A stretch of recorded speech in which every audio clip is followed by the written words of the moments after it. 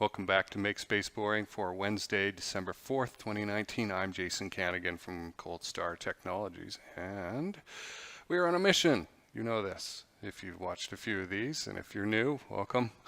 We're on a mission to make space boring. That's where the title comes from. We want the public to be using space-based products and services and going to space jobs and that, just like they do today, using things like terrestrial Wi-Fi and public transit and that.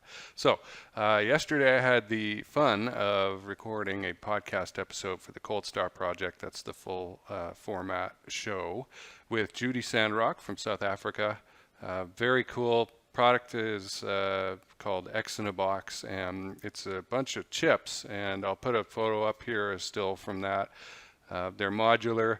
And she's done a private and business partnership to get folks in rural communities in South Africa interested in STEM education. And it's not that easy, let me tell you. And so they went through a couple of iterations. It's a great story. It'll be in that episode that'll come out in about a month.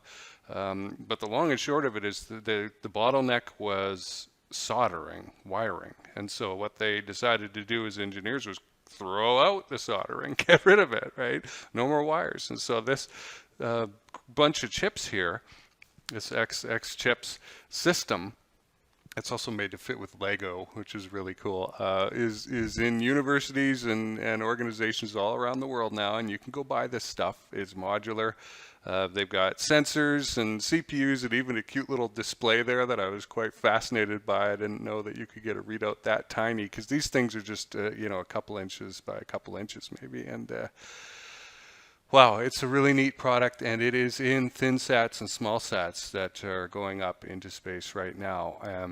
So they're getting, it's a full cycle thing here, right? Students get to play with the thing. They get to put it together right now rather than soldering and maybe burning themselves and waiting and that. And, they get instant feedback, and the thing goes up, if not in a satellite, in a helium balloon that collects data, and they get to see that. So they get that positive reinforcement, right, of working with the thing right now.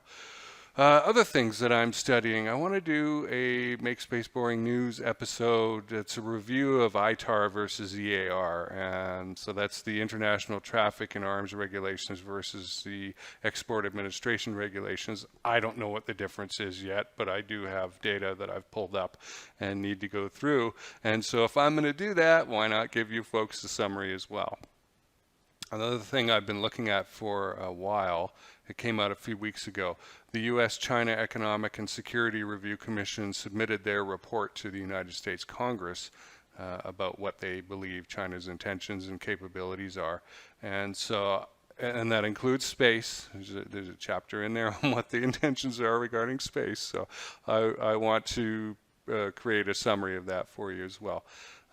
This looks like it's going to be a head-down work week for me. I'm not meeting as many people as I usually do. We've got the usual couple of podcast recordings, show recordings scheduled for next week and beyond through February now. This idea of the show is really taken off. So if you're looking at booking to be interviewed, I highly recommend you take action on that and claim your spot now, because otherwise you're going to get pushed into March or maybe even April pretty quick. I'm continuing to work on the Smallsat mission failure rate improvement mini course, and I've been hearing this a lot, and it's probably not going to make me popular to say, but there seems to be a gap with new engineers coming out, and they've been very good at learning and absorbing information and then regurgitating it on exams. But when it comes to problem solving, creativity, and the inquiry mindset of, okay, what can I do and how can I fix this? What's really wrong here?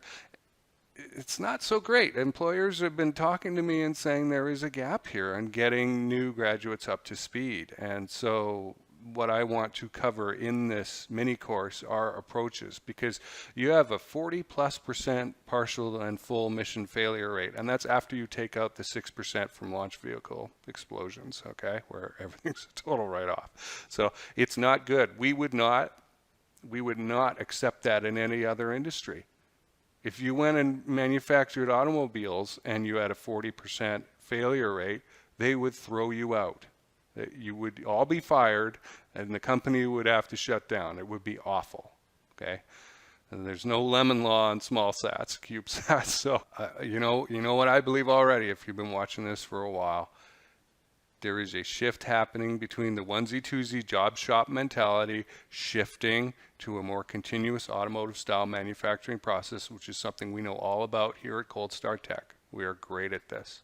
Operations improvement. It's not about engineering, although we may use the process reengineering term, but it's a different thing to be looking at than components and critical design reviews.